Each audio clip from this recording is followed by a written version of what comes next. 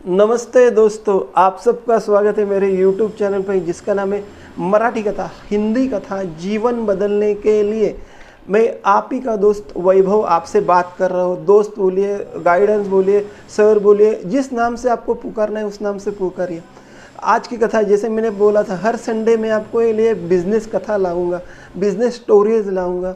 तो आज की कथा शुरू करने से पहले मैं आप सभी से रिक्वेस्ट करूंगा, आप कैसे, आपका माहौल कैसे चल रहा है इस कोरोना के सिचुएशन, आपके मन में क्या क्या विचार आ रहे हैं मुझे बताइए। और उन विचारों को साथ आपके मन में जो भी थॉट आ रहे, क्या प्रोसेस आ रहे, आप मुझे कमेंट कीजिए। यानी हैप्पी है, खुश है, ये दुखी है, सैड है, कुछ कुछ जो जो फीलिंग आ रही है बताइए। लेकिन ये इतना बोलता हूँ, आज से अपन एक नया नारा शुरू करेंगे। ध्यान से सुनिएगा वो नारा, मैं वापस बोलता हूँ, ये ध्यान से सुनिएगा नारा। ये नारा है, हम खुश रहेंगे दूसरों को भी खुश रखेंगे। वापस बोलता हूँ, हम खुश रहेंगे दूसरों को भी खुश रखेंगे। ये नारा बोलना है हमें, हम खुश रहेंगे दूसरों को भी खुश रखेंगे। धन्यवाद। तो जैसे मैंने आपको कहा था, मैं हर दिन आपको, हर संडे आपको एक अच्छी कहानी बताऊंगा, जो बिजनेसमैन की कहानी है, जो हमारे दिल को चेंज कर दे, हमारे दिल को इंस्पिरेशन कर दे। ऐसे अलग अलग कहानियाँ बताऊंगा। आज की कहानी भी एक बहुत अच्छी मोटिवेशनल है, इंटरेस्टिंग है, बिजनेसमैन कहानी है। जो जो आप कहेंगे उस टाइप की कहानी है। ये आपके दिल को झिंझोड़ेगी, जैसे मेरे दिल को झिंझोड़ी ये कहानी। और मुझे अच्छा लगा, मैं इनको गुरु मानने लगा। बिजनेस गुरु बोलते हैं, मैं इनको मानने लगा। सभी लोग बाहर दूसरे देशों के गुरु बनाते, लेकिन मैं भारत का बिजनेसमैन इनको गुरु मानता हूँ। इन्होंने कितना स्ट्रगल किया, क्या क्या किया, लेकिन अपनी हार जिंदगी में कभी नहीं मानी। इतने दुख सहे, उतना ये लगे, उतने डिफ़िकल्टी सही, लेकिन वो आज बेहतरीन नंबर 1 बिजनेसमैन है इंडिया के। तो इनकी कहानी की शुरुआत करते हैं। सुनिए, ध्यान से सुनिए, क्योंकि मेरे हर कहानी आप सुनते हैं। मैं आप ही का दोस्त वैभव बोल रहा हूँ। और ध्यान से जब कहानी सुनेंगे ना आप, तो कहानी में आपके दिल को चेंज करेंगे, आपके लाइफ को चेंज करेंगे, मेरे लाइफ को चेंज करेंगे। क्योंकि मैं कहानी पढ़ रहा हूँ, आपके लिए बता रहा हूँ, नई नई चीज़ें कर रहा हूँ। तो चलिए शुरुआत करते हैं। सबसे पहले आज भगवान गणपति बप्पा का नाम लेते हैं और शुरुआत करते हैं इस कहानी को। इस कहानी की शुरुआत जब होती है, जैसे मैंने कहा, ये कहानी आपको झिंझोड़ेगी, जैसे मुझे झिंझोड़ी है इस कहानी ने, इस बंदे ने मुझे झिंझोड़ा। तो कहानी की शुरुआत करने से पहले मैं आपसे गणपति बप्पा को शुक्रिया अदा करता हूँ, क्योंकि उनके वजह से मेरा चैनल हिट होने लगा है। आपके सपोर्ट से मेरा चैनल हिट होने लगा है। और मैं आपसे सभी से रिक्वेस्ट करूँगा, आपके जितने भी गणपति बप्पा के जो मूर्तियाँ आपने स्थापित की है, उसके मुझे फ़ोटो भेजिए। क्योंकि मैं तो मेरे घर में गणपति नहीं बिठाता हूँ, क्योंकि हमारे घर में परंपरा नहीं, लेकिन आप गणपति बिठाते, वो जो परंपरा है आपके, प्लीज़ मेरे को उसके मूर्ति के फ़ोटो भेजिए। और देखते हैं, देखिए कितने लोग मुझे कमेंट करते, कितने लोग मुझे फ़ोटो भेजते, कितने लोग मुझे गणपति का आशीर्वाद के फ़ोटो भेजते। भेजिए, मैं आपको धन्यवाद दूंगा। तो चलिए शुरुआत करते हैं आज की कहानी। आज की कहानी शुरू होती है, ध्यान से सुनिएगा आज की कहानी कैसे शुरू होती है। एक उद्योजक की कहानी, एक बिजनेसमैन की कहानी, एक व्यवसायिक की कहानी। ये कहानी शुरू होती है एक गुजरात के गांव जामनगर से शुरू होती है। यह बंदा इतना बचपन से ही इसमें कुछ अलग अलग करने की चाह रहती, अलग अलग करने की सोच रहती, अलग अलग चीज़ें करने की सोच रहती, वो अलग अलग चीज़ें को करने की सोच रहती।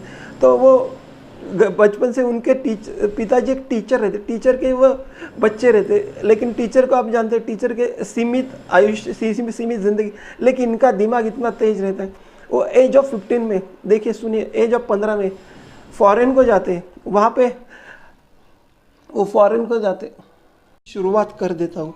मुझे उस इंसान का नाम और उसके कंपनी का नाम बोलिए, इसलिए आपको पूरी कहानी सुननी पड़ी। और सुनने के बाद मुझे उस इंसान का नाम और उस कंपनी का नाम मुझे कमेंट बॉक्स में लिखिए। अगर इसके बाद आपके मन में कुछ सवाल है तो मैं सारे सवालों के आंसर दूंगा। तो ज़्यादा से ज़्यादा मुझे उस कंपनी का नाम और उस इंसान का नाम जिन्होंने वो फर्स्ट स्टेप डाला, बिजनेस का फाउंडेशन डाला, तो अगर आप उस इंसान का नाम जानते हैं तो मुझे कमेंट बॉक्स में लिखिए। अगर आपके पास भी कुछ स्टोरीज है तो मेरे साथ शेयर कीजिए। धन्यवाद, थैंक यू। जैसा मैंने कहा, वो एज ऑफ 15 में फॉरेन को जाते हैं, एडन में जाते हैं। वहाँ पे एक ऑयल कंपनी में काम शुरू करते हैं। और काम शुरू करने के बाद वो जैसे जैसे उम्र उनकी बढ़ती है, वैसे वैसे वो उस काम में वो माहिर हो जाते हैं और वापस इंडिया में आ जाते हैं।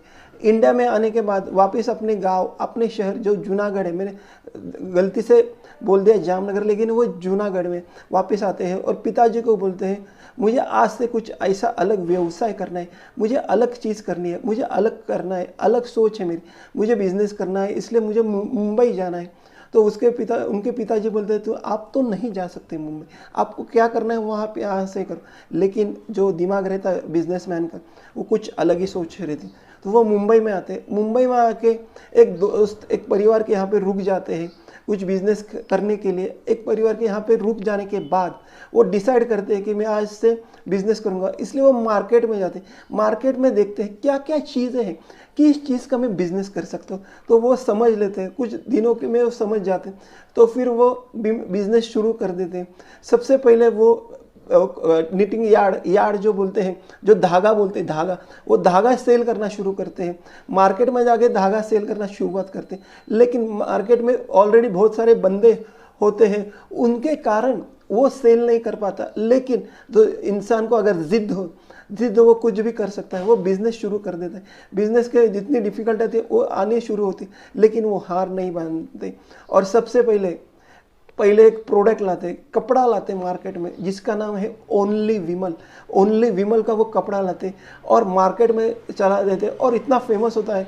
फिर आगे जाके अलग अलग बिजनेस शुरू करते। जब बिजनेस में उनको डिफ़िकल्टी आती है, उनके पैसों की अड़चन आती है, तो वो क्या करते हैं, शेयर लेते हैं, उनके कंपनी का शेयर लाते हैं और लोगों को बोलते हैं आप इस शेयर से शेयर खरीदो, आपको मैं प्रॉफिट होने के बाद आपको ये दूंगा, डिविडेंड दूंगा।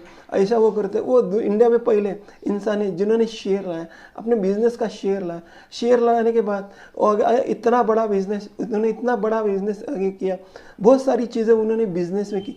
बिजनेस में आगे बढ़ते गए। फिर उनके बेटे भी आ गए उस बिजनेस में, उनको सपोर्ट करने, वो आगे बिजनेस बढ़ते गया। आज नंबर 1 बिजनेस हो गया। और जो उन्होंने वो डिफ़िकल्टी पाई, लेकिन वो हार नहीं मानी। ज़िंदगी में उन्होंने सीखा है कभी ज़िंदगी में हार नहीं मानी, और उन्होंने हार नहीं मानी। और ऐसे करते करते उनको इतने बहुत सारे अवार्ड्स मिले, उनको इतनी सारी पदवियाँ मिली, उनको भारत ने सरकार ने भी अवार्ड दिए, सभी सरकारों ने अवार्ड दिए, इतने अवार्ड दिए। और उनको काम करते वक्त उनको अटैक भी आया था, उनकी वजह से उनका हाथ फ्रैक्चर भी हो गया, लेकिन वो हाथ दुखने लगा, हाथ में कुछ प्रॉब्लम होने लगी, फिर भी उन्होंने हार नहीं मानी और ज़िंदगी में वो आगे बढ़ते गए। तो मैं आज बोलता हूँ अगर बिज़नेस करना तो इनसे सीखिए। ये इन्होंने बिज़नेस कैसा किया, क्या टैक्टिक्स नहीं। और हमारे जो भाई बहन हैं उन्होंने आज इतने सारे लोगों को रोज़गार दिया, और आज रोज़गार इतना दे रहे हैं, बहुत सारे लोगों को रोज़गार दिया। फिर भी वो इतने संयमी इंसान थे, उनसे कुछ सारी बातें सीखने की हमें ज़रूरत है, हमें मोटिवेट होने की ज़रूरत है। मैंने जैसे कहा ये इंटरेस्टिंग स्टोरी इसलिए है क्योंकि उन्होंने हार कभी नहीं मानी। उनको डिफ़िकल्टी आई, वो जो दौर था उस दौर में उनके पास पैसा नहीं था, लेकिन उन्होंने दिमाग से पैसा भी खड़ा किया और लोगों को भी बांध के रखा, लोगों को जुटाया, लोगों को बोला कि आप मुझे आज पैसा दे दो, मैं आपको इतना श्योरिटी दे। देखिए दिमाग कितना रहता है, कितना बिजनेसमैन बोलते हैं इनका दिमाग कितना रहेंगे। इन्होंने एक करके दिखाया, आज इनका नंबर 1 है। इनकी कंपनी आज दुनिया में पेट्रोल केमिकल में हो, बाद में मॉल्स में हो, अलग अलग टेलीकॉम क्षेत्र में, अलग अलग क्षेत्रों में काम कर रही है और बिजनेस को आगे बढ़ा रही है। मैं ये दूसरी बात कहना चाहूँगा कि ये इतने अच्छे काम कर रहे हैं ना, हमें इन्होंने जब बिजनेस शुरू किया कुछ नहीं था इनके पास, कुछ नहीं था, लेकिन अपना दिमाग से इन्होंने बिजनेस शुरू किया और आज एक नंबर 1 बिजनेसमैन है। उनका नाम हर जगह पे प्राउडफुली लिया जाता है। जो इंसान इतना अच्छा काम करता है, क्योंकि आज हमारे इंडिया में और वर्ल्ड में जो कोरोना की सिचुएशन है, उस सिचुएशन से अगर बाहर निकलना है तो हमें अच्छे लोगों के साथ मोटिवेशन होना, अच्छी मोटिवेशन मिलना चाहिए। मैं इस कहानी से आपसे मोटिवेशन दे रहा हूँ और लोगों को भी मोटिवेट कर रहा हूँ। अगर आपको मेरी कहानी अच्छी लगी, झिंझोड़ने वाली लगी, तो प्लीज़ मेरे चैनल को सब्सक्राइब कीजिए और ज़्यादा से ज़्यादा लोगों को बताइए मेरे चैनल के बारे में, क्योंकि वो भी उनके लाइफ में भी चेंजेस आएंगे, मेरे लाइफ में भी चेंजेस आएंगे। हम मिलके एक दूसरे को आगे बढ़ाएंगे, इतना मैं श्योरिटी देता हूँ, इतना मैं आपको आश्वस्त कर देता हूँ कि जो भी होता है दुनिया में अच्छे के लिए होता है। अगर आज कोरोना नहीं होता तो लोग एक दूसरे के साथ बात नहीं कर सकते, आज एक दूसरे के साथ शेयर कर रही, लोगों के साथ चीज़ें शेयर कर रही है। तो अगर मेरी कहानी अच्छी लगी तो प्लीज़ मेरे चैनल को ज़्यादा से ज़्यादा सब्सक्राइब कीजिए। मैं इतने बेहतरीन कहानी लाऊंगा ना आपके लिए, आपका भी दिल झंझोड़ेगा, आपकी भी लाइफ चेंज होगी, मेरी भी लाइफ चेंज होगी। धन्यवाद।